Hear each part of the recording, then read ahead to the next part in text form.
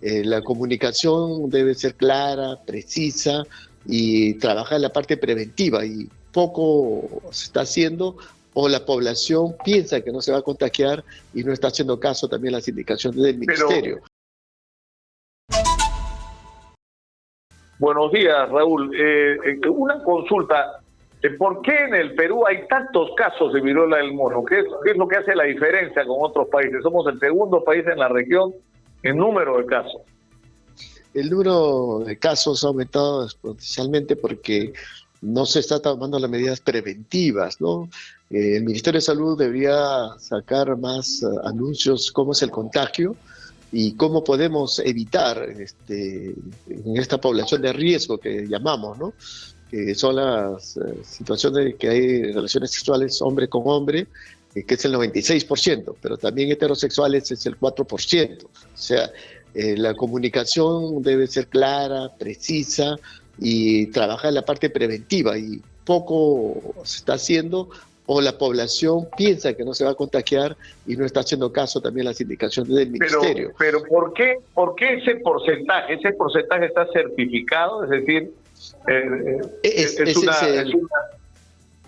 este porcentaje ese es el reporte epidemiológico, o sea, del 100% de casos, el 96% de casos pertenecen a la población gay, es decir...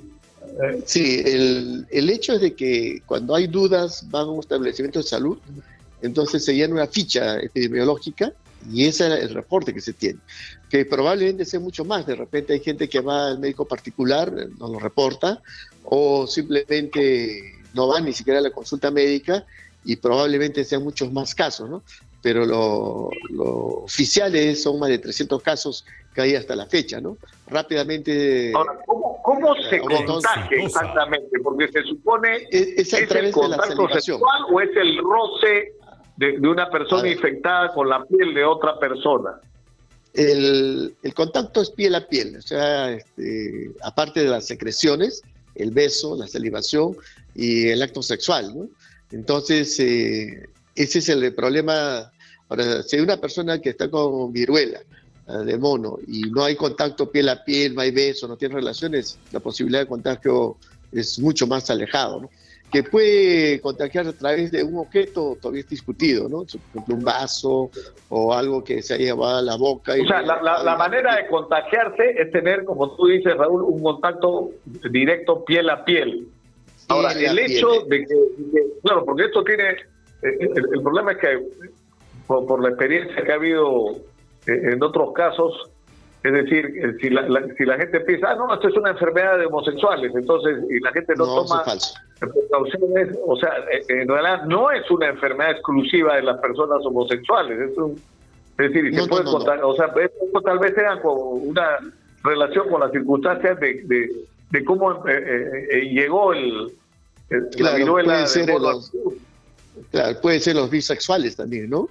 Que tienen relaciones hombre con hombre o con mujer, y la mujer puede contagiarse, y esa mujer, si tiene otra relación con una persona que ni es homosexual, qué sé yo, también tiene la posibilidad del riesgo, pero el riesgo es mucho menor, de acuerdo a las estadísticas. El 96% de personas que se están detectando son varones que tienen contacto sexual hombre con hombre, ¿no? Pero no justifica de que, no sé, las mujeres no se van a contagiar o los heterosexuales pueden contagiarse, pero la posibilidad es más alejada. Ahora, ¿cuáles son los síntomas? ¿Cuáles son los síntomas, doctor? A ver, los síntomas son fiebre, malestar, comienzan a aparecer lesiones de piel. Básicamente la diferencia con varicela, que en este caso las lesiones dérmicas son en la planta de las manos y de los pies. En cambio, la varicela es en el cuero cabelludo, en la boca, en los testículos. Entonces, cuando hay dudas, es preferible ir del médico para que le examine, vea el tiempo de evolución. En este caso también es mayor hasta 21 días, en cambio la varicela es menos días. Y segundo, hacerle la prueba respectiva, ¿no? Para tener la certeza de que es esta enfermedad, ¿no? Hay fiebre, malestar, hay dolor de garganta, dolor muscular sobre todo, ¿no? Entonces se puede confundir con otros procesos de piel, ¿no? Lo más cercano puede ser varicela, puede ser también el linfético, son lesiones de piel, pero las lesiones son totalmente diferentes, ¿no? Raúl Urquizo, decano del Colegio Médico del Perú. Antes de ir con ello, solamente confirmar lo siguiente: el Ministerio de Salud hemos llamado y nos ha aclarado que no hay hasta este momento una persona que haya fallecido por viruela del mono. Lo que ha pasado es que un paciente con VIH ha fallecido por comorbilidades y sí tenía obviamente este problema, pero eso finalmente no acabó con su vida. La noticia falsa que está circulando en estos momentos, obviamente queda aclarada a través de Exitosa. Vamos, Nicolás, contigo. Muchas gracias, Jesús. Estamos conectados con el doctor Raúl Urquizo, decano del Colegio Médico, para conversar sobre la viruela del mono. Lo que nos explicaba Raúl es que de la cantidad de casos reportados formalmente hasta hoy, más del 90%, el 95% nos decías, corresponden a personas homosexuales. Ahora, esto no significa que el virus del mono sea una enfermedad exclusiva de la población homosexual, porque esto puede llevar a equívocos y sobre todo a que las personas heterosexuales, digamos, no tomen las precauciones del caso para evitar un eventual contagio. Es correcto, también puede ser personas que no son homosexuales, se puede contagiar, pero el reportaje es mucho menor, de acuerdo a las estadísticas del mismo Ministerio de Salud, ¿no? Entonces, no hay que confiarse, ¿no? ¿Y esto por qué? ¿Con qué tiene que ver esto? ¿Cuál es la explicación de que haya más incidencia en la población homosexual, por lo menos en el caso del Perú? ¿Esto es así en otros países también? Lo que sucede es que empezó un festival en Inglaterra, después en Portugal, de unas reuniones de esta actividad que tienen los homosexuales, y de ahí se irradió a nivel mundial, ¿no? Entonces, fueron homosexuales, por decirlo así, de diferentes países, y cuando retornaron a su país comenzaron a tener una, dos, tres, muchas parejas sexuales, y la diseminación se ha dado de esa naturaleza, ¿no? Y ese es el origen o el informe que se tiene desde el punto de vista estadístico, ¿no? Y para evitar este contagio, lo que hay que hacer es que ante las lesiones de la piel, mejor no estar en contacto y evitar, ¿no? La prevención es fundamental, ¿no? Claro, y atenderse rápidamente, ¿no? O sea, tú decías que los síntomas eran fiebre, sarpullido. A la menor señal de este tipo, mejor exagerar, ¿no es cierto? Las precauciones que reaccionar demasiado tarde. Claro, lo que pasa es que cuando hay lesiones de piel se puede confundir con varicela, otras lesiones como sintético. Mejor acudir al médico y el médico sabrá diferenciar y hacerle los análisis respectivos, y de acuerdo a la evolución clínica puede llegar a una conclusión que puede ser una varicela, otro tipo de lesión, o viruela del mono. Y si es viruela del mono, tomar las medidas de prevención, de aislamiento, no necesita hospitalizarlo, porque los reportes a nivel mundial de muertes son muy pocas, creo que 2 o 3, no es más. Entonces, esto evidencia de que no es mortal, pero si tiene una comorbilidad o hace una infección generalizada, por eso otro tipo de complicaciones. Claro, es decir, no es una enfermedad que provoca directamente la muerte, pero asociada a otras enfermedades puede crear un cuadro que deteriora la salud hasta costarle la vida al paciente. Eso es más o menos lo que podría ocurrir, ¿no? Sí, a nivel mundial también el caso de fallecidos no pasan de 3 o 4, ¿no? Pero son que tienen otra comorbilidad, ¿no? Entonces, el hecho de que no es grave no significa que las tasas aumenten significativamente. En pocas semanas, mira, estamos más de 300 casos oficiales, ¿no? Pero de repente son más casos todavía que no llegan a los datos del Ministerio de Salud, y entonces podemos tener una cifra distorsionada, ¿no? Ahora, ¿y qué está pasando con la influenza? Porque de pronto se ven muchísimos más casos. Yo me imagino que tiene que ver con la cuarentena y con el uso de mascarilla que nos ha protegido, pero conforme como nos hemos empezado a liberar de las restricciones, la influenza que siempre estuvo ahí, claro, ahora se siente más, ¿o no?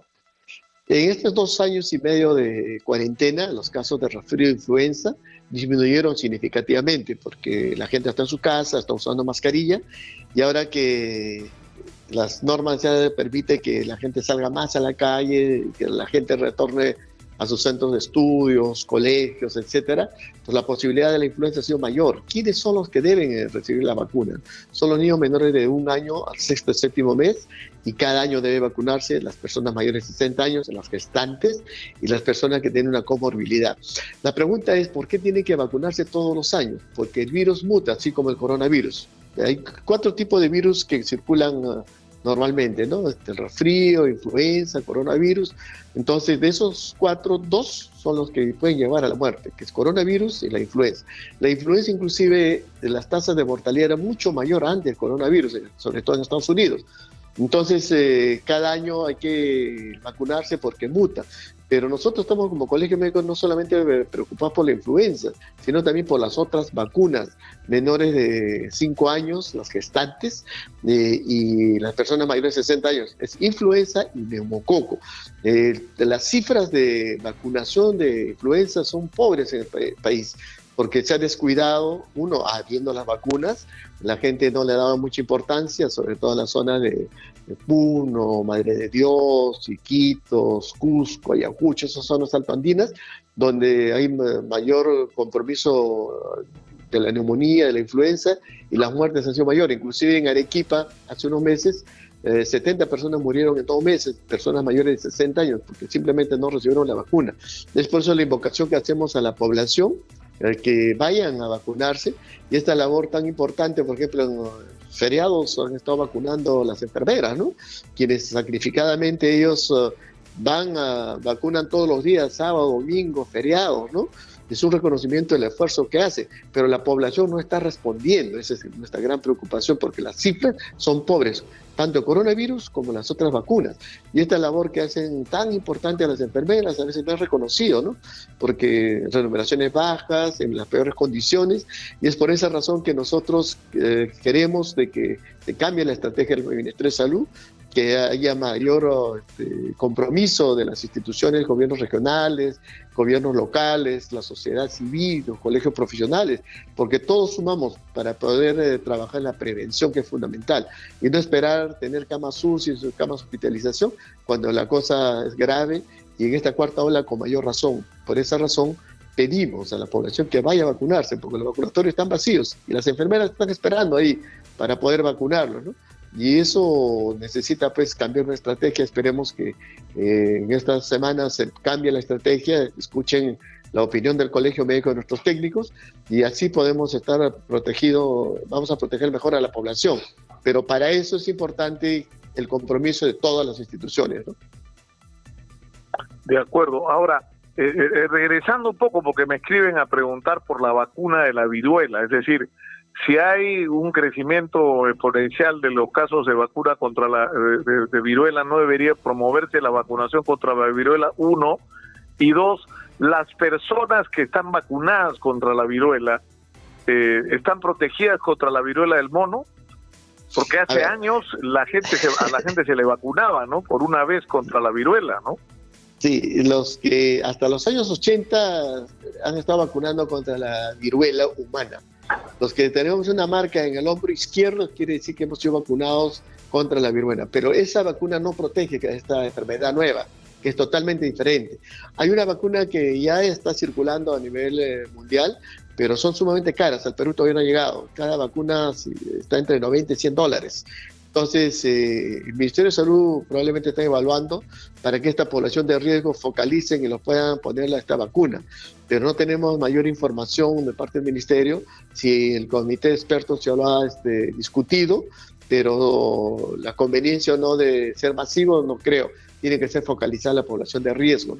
Y como repito, es una vacuna que el mercado mundial está entre $90 y $100, ¿no?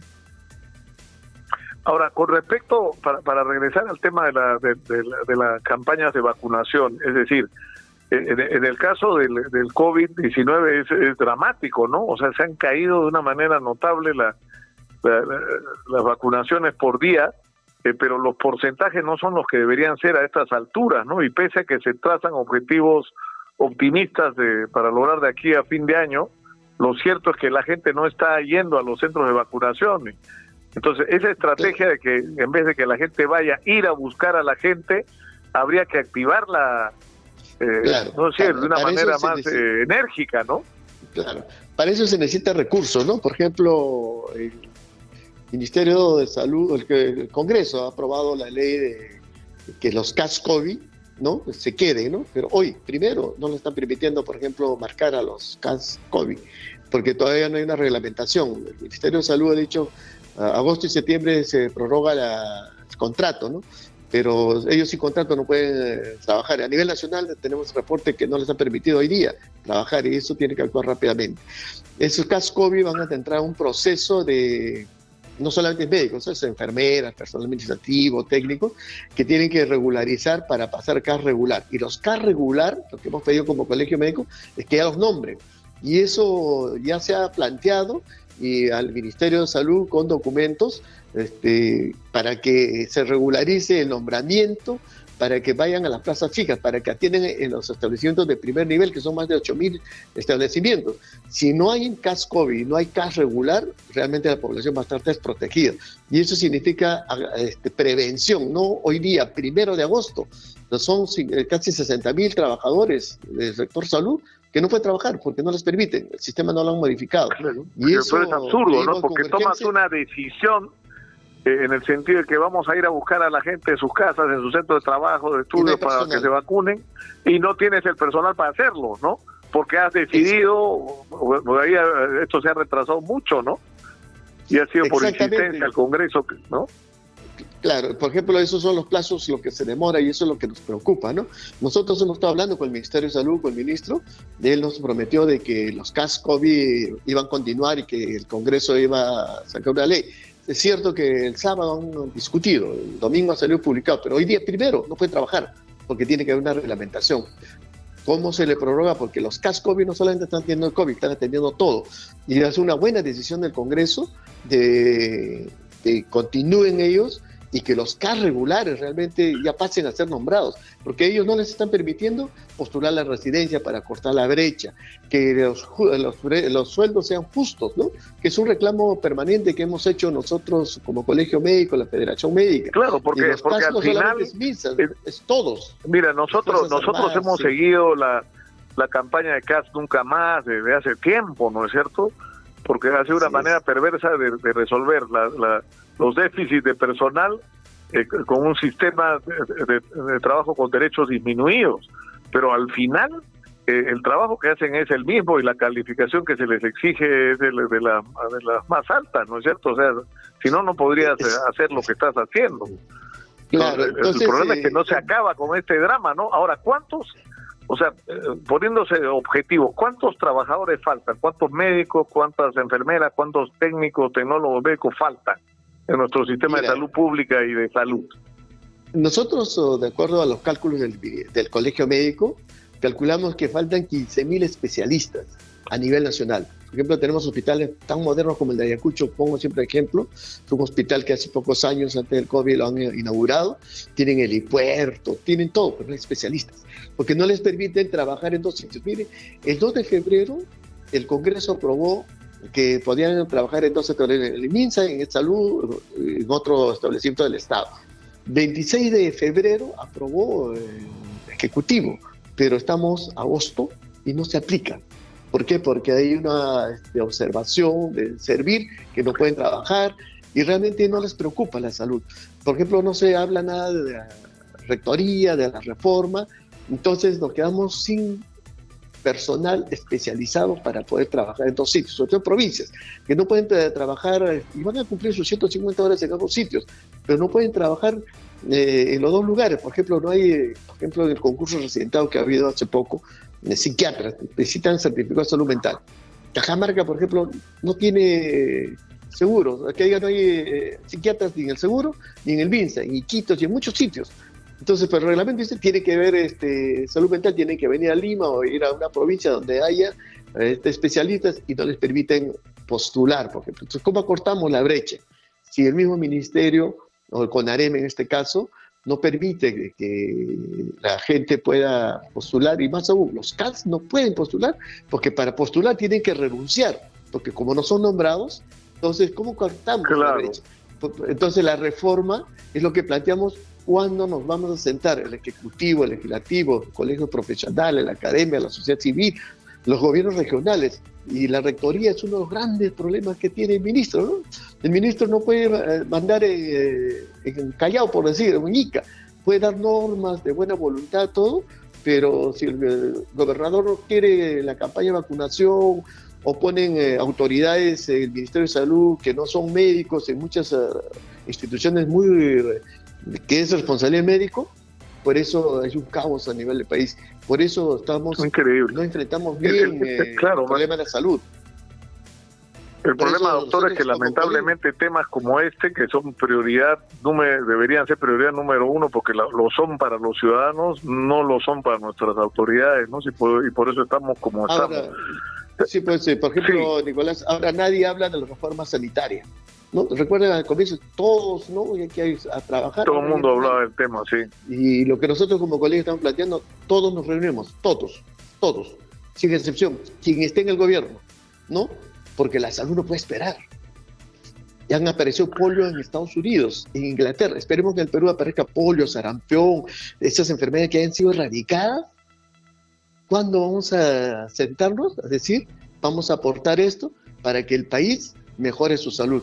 Y no solamente es médicos, también infraestructura, prevención, agua, desagüe, vivienda, ¿no? Alimentación, es todo un trabajo. Claro, todo el contexto que tiene que ver, o sea, la salud pública no es simplemente un tema de medicamentos y médicos, es un problema de condiciones de vida saludable, ¿no? Una buena nutrición en los colegios. Claro. Te agradezco infinitamente por esta conversación. Muchas gracias por gracias a ustedes por la oportunidad y el Colegio Médico preocupado por la salud, y es ya el momento de sentarnos y conversar todos, sin excepción, para que cuidemos la salud de la población, porque la salud no puede esperar. Muchas gracias. Raúl Urquizo, decano del Colegio Médico del Perú, ha estado con nosotros.